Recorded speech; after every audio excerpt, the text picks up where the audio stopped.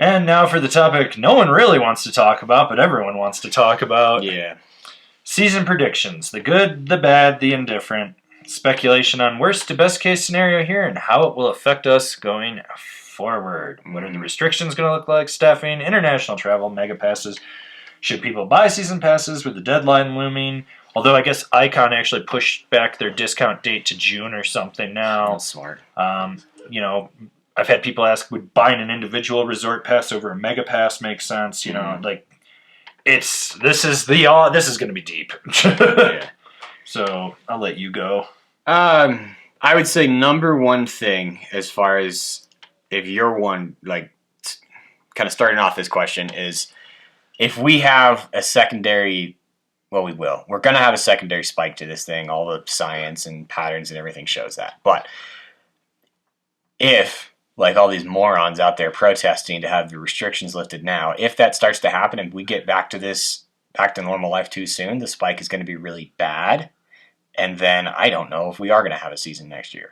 I think it'll last longer. Exactly. The second time spike will probably last longer because it'll have had a chance to spread to a lot more people. And it's going to be a lot worse at that point, too. So just keep that in mind, everybody, that if we get back to life too soon and we get a really bad second spike, that second spike is going to happen right around November, December. And then we're going to have to shut down as long or longer than we did before. And then it's going to be March by the time anything could open. And at that point, they're not going to. So that's the biggest concern for me is how big the second spike and how late it gets pushed back. Right. The smaller it is and the sooner it happens, the better chance we have of getting the resorts open. It's a concern. I kind of see both sides of it, where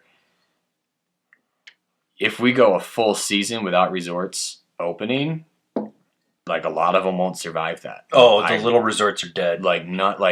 Even some of the bigger ones won't survive that. The communities are dead. So you're talking towns that were mining towns that have been banking on tourism, looking like how the mining towns were in the 50s and 60s, where there was no ski tourism. Exactly. So there's going to be a lot of motivation to try to get the resorts operating to some degree. So we may honestly end up seeing some sort of altered opening style, a completely new way of operating the resorts just to have them running to an extent.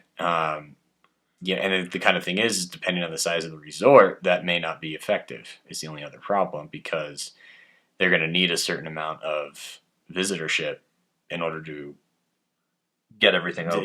In order to get everything open. And depending on what kind of restrictions you may have to put on it, that may not be realistic. So your mid-size and small resorts will be able to probably make that happen if they need to open with a totally new way of running. And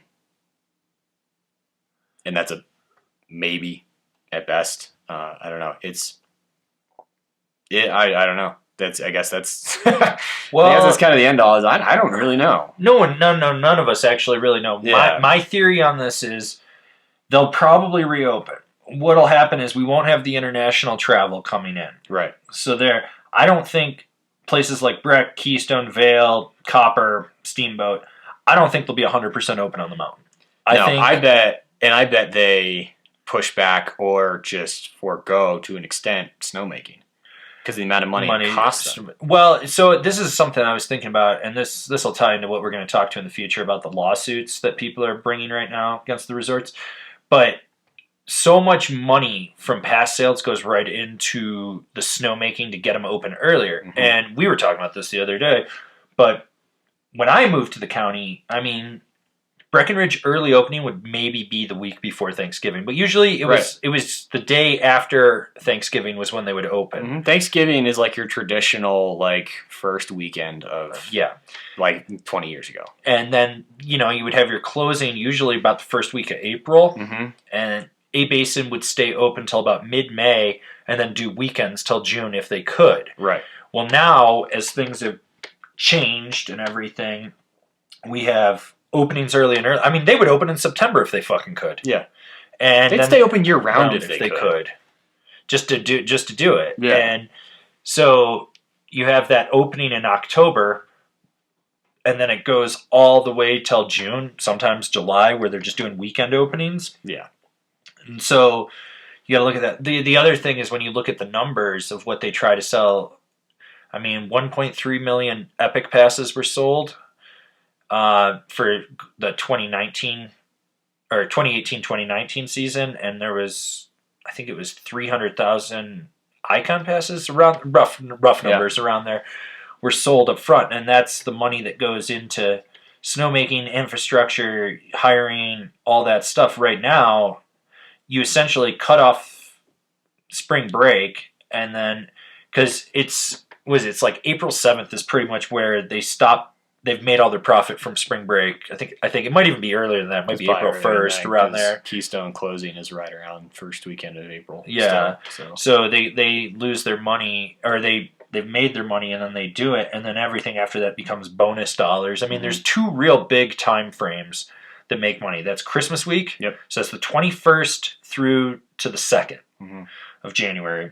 So you got the 21st of December to the 22nd, and then there's spring break, which is about the first week of March. First weekend of March is when it kicks off until about the first weekend in April. So you got 4 weeks there. And those are your big money makers. And then you look at everything after that is kind of just a bonus, and it's to appease your locals and stuff, which is awesome. I mean, don't get me wrong. I love a long-ass season. Yeah. But at the same time, it's this. Now, as of yesterday... I think it was yesterday. Yeah, yesterday, Baldy Mountain outside LA reopened. I don't know if I showed you that. Did I show you that? I saw something on it. Yeah, they're opening with 10% occupancy, and you have to book your tickets ahead of time. And so what you do, it's like golf resort. You show up, and so they have their ticket price, and then it'd be like, you can pick your ticket up at 9:30. Then the next person can't pick it up till 9:50 or something like that. It might be half-hour increments. It might be 10 minutes. I can't remember. It's something like that. And if you show up early, they won't sell it to you. Yeah. So you have to show up right at your time, do your interaction, get on there, and then they're limiting terrain and stuff. But I was like, even by limiting the tickets, people will catch up to each other in the lift lines, and then you've got to figure out how to corral and harness that. And let's be honest, the U.S. is awful at figuring out lift queues. They're just atrocious with that. But so they're trying to figure out that. Now, my thing is, I think resorts are going to probably have to bank more on their locals than ever before. Yeah. For us, I mean, that includes Denver. That includes the Front Range for us. But some of these other places that are true destinations. Don't get confused. Denver, you're not Breck local. Just you're not in business sense. According to them, you more or less are. But you're not locals. You're not locals. Anyways, continue. Yeah. Someone's going to throw their big dick around about that statement. Yeah. But, so they're going to have to bank more on that. So, I mean, we might not have all-terrain, or it might be one of these things where it's only certain days they'll be like, we're opening Imperial Bowl for today. I can see them doing it like they're just going to run like E-Chair and Imperial and maybe even like 6-Chair or Kensho just on weekends. And that's like the whole season. They're just opening those on weekends. Friday, Saturday, Sundays, and holidays. That would be it. Just to keep staff down, keep making things make sense. And that's the thing, I think. Or you look at like how some of these resorts are laid out. They'll have a chair that accesses up. Like let's say that you could take E-Chair up to get over to 9. And then they would have Super Connect running and Quicksilver, and that would be it. They wouldn't have Beaver Run. Right. But you could take E up, and then you could get around up there, and they probably have stuff you could hike to. Yeah. But they won't actively have the chairlifts open. I could see Keystone just not opening the Outback till weekends. Yep. Which, honestly, like that could lead to some pretty freaking good riding on the weekends because you have all this terrain that's not being ridden during the week. And let's say you get a storm that rolls through Monday, Tuesday, Wednesday. It's not going to get ridden Thursday and Friday. And then... Well, no, they would probably open on Friday because that would get the local people up that live in town. Yeah. It'd be a Friday through Sunday, but it wouldn't track everything. Right. And then you've only got 2 days to ride it, and then it's closed again. So I also think end up with some really good conditions in some of these terrains that end up not being opened. I also think they're going to have to take a page from Powder Mountain and limit ticket sales, window ticket sales, and be like, if you pre-booked, you're good. And they will know, and it might be one of these things where 5-packs, they're going to be like making you attach days to it. So you'd be like, oh, you bought a 5-pack? Oh, you're coming February 5th You might have to buy your tickets for a day instead of just as you have 5 tickets. Yeah. You may have to actually plan it out in advance so they can keep track of when stuff's available, and then they'll just run out, and you won't be able to buy a day. I also think they're going to have to limit season pass sales. And that, I think, is going to be a lot harder to... That is. Because, especially when you're talking about like Icon and Epic, because they have mountains across the whole country. So how are you going to say, like, oh, you can't buy an Epic pass when you're like, well, I live in Michigan. Yeah. Or I live in, I'm in New Hampshire. Or LA or wherever. So that I could see being a little bit more difficult. But I do see, like Mountain Collective, I don't know about that next year at all. Well, they're still trying to push it. I keep getting ads. They dropped the price a little bit.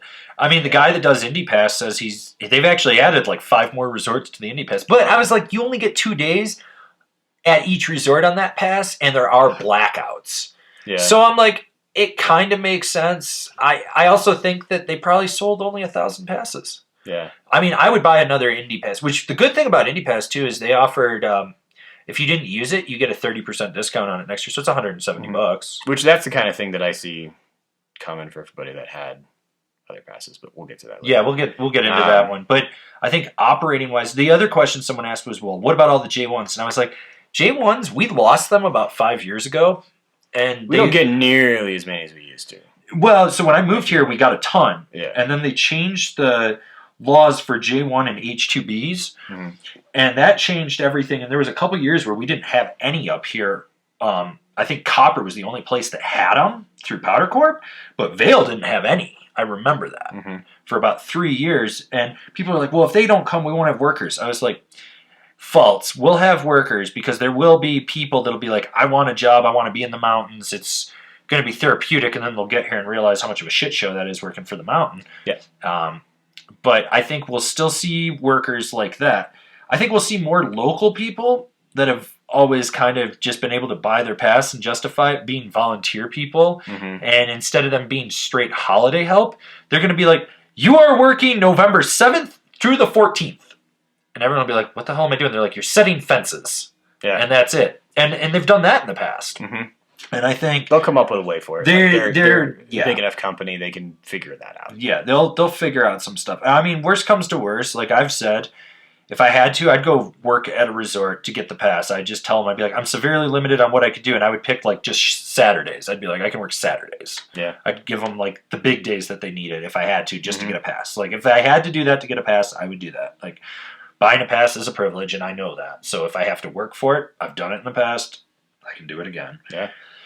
And I think that's like where we're at in operating. Now, if we're looking at, let's say, absolute worst case scenario, the shit spikes, season's closed down, we can't open, we have to take the full fucking year off. All right, local economies die, local shops die. When they do restart everything, you've got, 80% occupancy in the town, no one there, no one working, so businesses are struggling to hire people so that they can staff, so that they can reopen to get people. So that injection into tourism, because tourism will take a big hit if it comes down to, do I go on a vacation or do I feed myself? You're going to choose feed yourself, I'd hope. There's dumb people out there, but and that's where it is. So we end up losing a whole year, all right? We take the season. If that happens, worst estimate, I think we lose about 70% of our brands. They just, they have no one buying, there's no one to produce, like a lot of constriction. The Nidecker group would constrict, Jones, yes, Battalion, Lobster, Switchback, Float, Nidecker, they would constrict everything down. Some other brands would probably just be gone. I think like Ride K2 would probably exist, but be very constricted. They would be ran in one department, very small. Solomon would probably just cut the snowboard division, in all honesty, I think. Yeah. Vans would cut back their boot offering. They would probably go to 3 boots. I could see them just cutting boots. I mean, they did it that one year when they couldn't just cut boots for a couple of years. And they did it before and came back just fine. So. Yeah, they would probably do that. Yeah. I think a lot of outerwear companies would be gone. Soltech would probably either get rid of their skate shoes, except for one brand, or just try and sell off Soltech at that point, I think. Well, I think they'd sell 32 separately. Or that's what I meant. Yes, Soltec would sell 32 separately. Yeah. I think that they would do that. I think you would also see all these companies that are trying to hit like every $20 SKU. Mm-hmm. Oh, yeah, that'll change. That would change. I think we would, from having 25 boards in their line, they'd probably cut down to 5 to 7. Yeah. And that's not a bad thing. Mm-hmm. Do that, but your local shops would go under. I think you would see your big mega stores they'd be hurting, but they would still exist in some capacity. They might be direct only, like Evo might just take a backcountry approach and just have a warehouse. Yeah. The house would probably constrict. Christie Sports would constrict. All the Vail stores would constrict that they own. Sun and Ski or Ski and Sun or whatever the fuck it is, the patio people, they would constrict as well. They won't go away because they won't go money. Yeah. Down in Texas, but. Mm-hmm. But you would see this constriction. I mean, your small mom and pops. They're done. They're just gone. In there, your pro riders gone. Mm-hmm. It would go to whoever is dumb enough to work for basically free or a discounted product. That's what it would be. You'd have your mega pros stick around. Like Travis Rice isn't going to lose his job, I don't think. No, he wouldn't lose his job. It would just become you would suddenly be in like, and if you use this promo code, you can save 10%, and he would be getting a commission. It would become more influencer based pro riding, I think. And we've already started seeing, like, I know a buddy of mine has been saying, like, skaters. We've even seen, like, serious name skaters losing their sponsorships just because the brands can't afford it right now. Yeah. So. Well, I mean, I hate to say it, but the closest industry towards professional snowboarding that's similar is professional wrestling. They're all contractors. That's what pro riders are. Almost all of them are contractors. Mm-hmm. WWE is firing 40% of their staff. That's, they're dropping some big name people that they've had for years that had bloated contracts. Like that's probably the best correlation that I can give, is because they're independent contractors. Professional snowboarders are independent contractors. So it goes back and forth with that. And I think that's where we see that drop in everything. And we'll see, more people being free agents or not. It's going to tell you, though, who are the people that were in it for a paycheck and who were in it and are just going to do it. Yeah. You'll figure that out real quick. Yeah, you'll figure out who the athletes were and who the snowboarders were. Yes, that's probably the best way to do it. Mm-hmm. I also think, speaking of athletes, competitive snowboarding where they're globetrotting, that's going to be real different. Yep. I think that's going to be that we're probably not going to see a competitive season. Oh, darn, no Dew Tour, no X Games. We'll survive. Yeah, I think we'll be all right. That's fine. And if they cancel the bank slalom, that's when you got to worry. Yeah. But I think, well, actually, they probably will cancel that. Worst case scenario, everything would be canceled because no resorts would be open. Right. I think you'll see, as we've already started to see with this, a surge in backcountry equipment being sold. Yep. There's a lot of people buying backcountry equipment with no experience going out. It's deadly and scary. Mm-hmm. The last time I drove over Loveland Pass, there was 3 SUVs with Florida plates getting out with people on rental equipment, putting on, like, I'm talking, they had Adidas track pants and they were trying to put on ski boots and they were going to go right off the highway. I was like, that's why they closed the parking lots, because there were so many out-of-state plates. Yeah. But I think we'll see a bigger spike in backcountry equipment, and I think you'll see a lot more avalanche deaths and backcountry accidents because people aren't educated out there. Yeah. So that ripples down.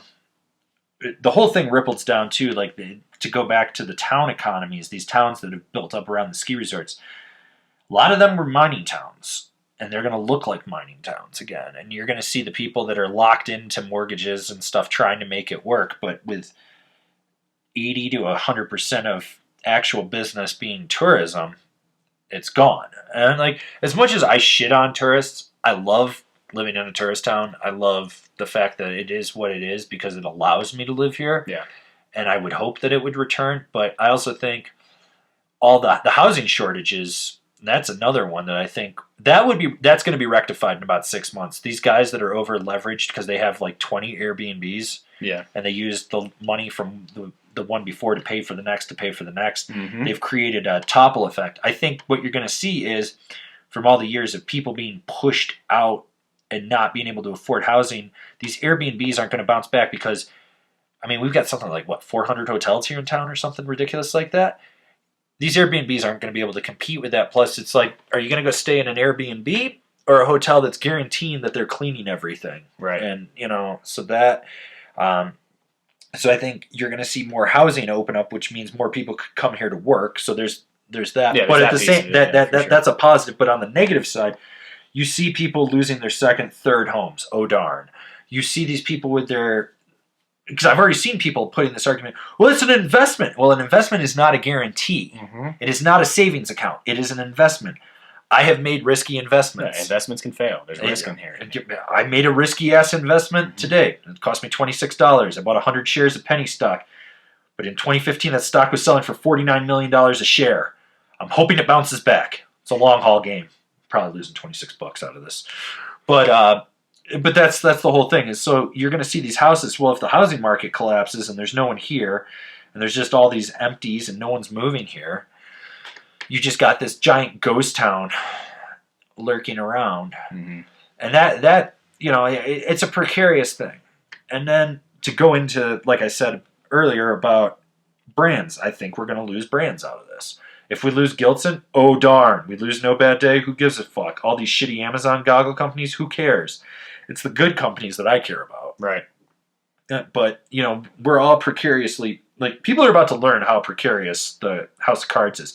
So you have the shops at the bottom level. Well, if the shops can't pay the distributor and the company, they can't pay the factory, it just topples right down from there. And we've seen it before where factories weren't getting paid and they go out of business. Well, if they can't, and they go out of business. Yeah, like if we don't have a season next year, factories are going to go out of business. Yeah. Because they won't be selling boards, so... They won't be able to make boards. Yeah, like the brands that are going to be in the healthiest situation are the ones that own their own factory. So you're looking at K2, Rosignol, Nidecker, Capita. I think the Dubai factory would be all right. Dubai factory will be fine. They'll be fine. Because they also make wakeboards. GP87 will probably actually be okay. They were in the process of moving, but they bought a surfboard factory, and they, you're going to see, you'll see a downsizing. Some of these smaller brands might just be gone. And that's it. Or maybe they just put them on hiatus for a couple of years till they can come back. Yeah. And it's so precarious. Like, and it's all uncertain. Like, somewhere between the best case scenario and the worst case scenario is where we're actually going to end up. Yeah. But that's it. I think snowboard media, I think traditional media is going to just disappear. Like, dead. I think the magazines, because advertising dollars are going to dry up. And it's like, do we sink $50,000 into ad buys on print, or do we just spend $10,000 on Instagram? Yep. We spend $10,000 on Instagram. Yep. So they're going to be paying attention everywhere. So that's kind of the other thing is, if everything still gets back to relative normal for this coming season, don't expect any big product changes going for 21-22. A lot of that stuff, we'll still see some stuff if everything does get back to a close normal, because there's things that are already in the works. The wheels are turning. It's going to cost them more to shut it down than to just keep it forward. But a lot of the brands that were maybe thinking about doing something new for 21-22, they're not going to. We're going to see a lot of carryover, I bet. Well, and so the other thing that I'm predicting, and this is why I did two top fives, like top five things to look for in a used snowboard and used bindings. I think because boots and bindings are made in China and supply chains and stuff, that's going to be affected, and they're either going to ship late or they're not going to ship full amounts. So we're going to see a lot of carry forward of last year's product not being as marked down because it's going to be the only thing available. Yeah. And I think we're going to have runs on certain sizes and stuff. And I think the used market will actually be better, but it'll also correct itself where the used market was like, oh, well, I could only sell it for $50 off that, and then they're selling it for $300, And worst case scenario, like, we're all just buying used gear from here on out and finding new dead stock boots at like closeout stores and stuff. Yeah. And that's it. I think, we're going to see more shops selling off through Amazon, and we're going to see brands having Amazon warehouse, and you're going to see these online stores or influencer stores, which I have one. Well, we have one. And I think you're going to see them stocking it, but they're just drop shipping through Amazon, so they're just feeding it in there, and I think we'll see more of that. That's definitely one of the smartest things your small shop could do to try to stay alive and survive through this, is to start hooking up with an Amazon affiliate so that they can, or Amazon dropship or whatever it is, so that they can still sell stuff, because otherwise they might not, because people aren't going to be coming in. So that's their best bet, is to get a website up and running as soon as possible, make it effective and easy to use, and set something up so you can just ship stuff. Shopify and Square are actually really easy to set up a store. But I mean, I think having an online presence will really help you. Or, as I said, like, I think if media doesn't adapt, which it probably won't because they're notorious for not adapting in snowboarding, reaching out to whatever is the new media and partnering with them to do things. I think our local shops here, I think like Gravity, Underground, stuff like that, I think they'll be working with us more closely come the fall. Like, I'll be able to walk in and be like, hey, I want to work with you guys, and we're going to try to do stuff, promo codes and whatnot. So I think that's kind of it in that regard. I mean, summer snowboarding. That's another one we need to talk about. I know that the season's actually going to start to kick off in the southern hemisphere. There's no guarantee right now. Everyone I talk to in Australia, New Zealand's like, we're not sure if we're going to be reopened or not. But they lock down way more aggressively, and it probably won't have tourism from out of the country. But I think some of the ski fields might be able to open. Yeah. Someone sent me something saying that yes, snowboards had landed in the country. So I was like, okay, so there's some hope. It's the next year's stuff in there. But I think for North America, realistically, Mount Hood opening, that I don't think it's going to. And this is my issue, and I've said this before in some of the live streams. The guide cable for the Palmer chair snapped, and they have to restring it, and it was buried under, I think, like 14 feet of snow or something. So they haven't dug it out, and I haven't seen any update. Maybe they fixed it, but if they haven't fixed that chair, then if Palmer's not open, you're not getting up there. Yeah. So what are they going to do? Rope tow you all the way to the top? And how are you going to have all those summer camps with all those kids just around there? You can't do that. And then talking with a guy up in Canada, he's like, the Horseman Glacier actually needs a summer off. He's like, it's getting really bad up there. Taking a year off of summer snowboarding and letting the glaciers just sit there with all that snow on top, if anything, the resorts should go push more snow up onto it. Yeah. Not a bad thing. I just think realistically we have to look at this and go, hey, we're probably not getting summer snowboarding. I know that, was it Bear Creek or Bear whatever up in Montana that opens for the summer with the T-bar and stuff. They're saying tentatively they're still opening, and I hope that they can. But we'll see. It's a wait and see. I haven't heard anything out of Woodward at Copper about summer camp at all, and that leads me to believe that maybe they just paused it. Yeah, I mean, because right now they would have been plowing all the snow into the park, and I drove out to Copper on Sunday just to look around. I mean, they still have the race course. Fencing. Everybody just basically just dropped their stuff and ran. It's basically what happened. So, nothing has been done, and that's the other thing that like even Keystone summer operations with the bike park. Like, I don't think bike parks running this summer just because it takes. It takes them from when they shut down, and granted there's a lot of snow melted that you just have to wait for, but it takes them from when they shut down to the middle of June to get that running. Well, they have to plow the fire road, and they haven't done that. Yeah, they've got to get all of that stuff done. Like, they might be able to open for, a month maybe, and it already doesn't really make them money. So if you're a biker in Colorado and you're looking for Keystone Bike Park, or even Trestle, Whistler, all of those places, like, I don't know if we're getting bike parks this summer, to be honest. Well, you look at how many concerts were canceled. I mean, they canceled stuff through June already. Well, they canceled Oktoberfest in Munich. So realistically, we should probably be we'll see. It's a wait and see. Like, November is going to be by the time we probably, because this is all speculation from us. This isn't any insider information. We have no scientific basis behind any of this. No, we can just look at. This is guessing. And we can look back at historical data from 1918 to 1920 for the Spanish flu and go from there. And that's kind of everything that we can do right now.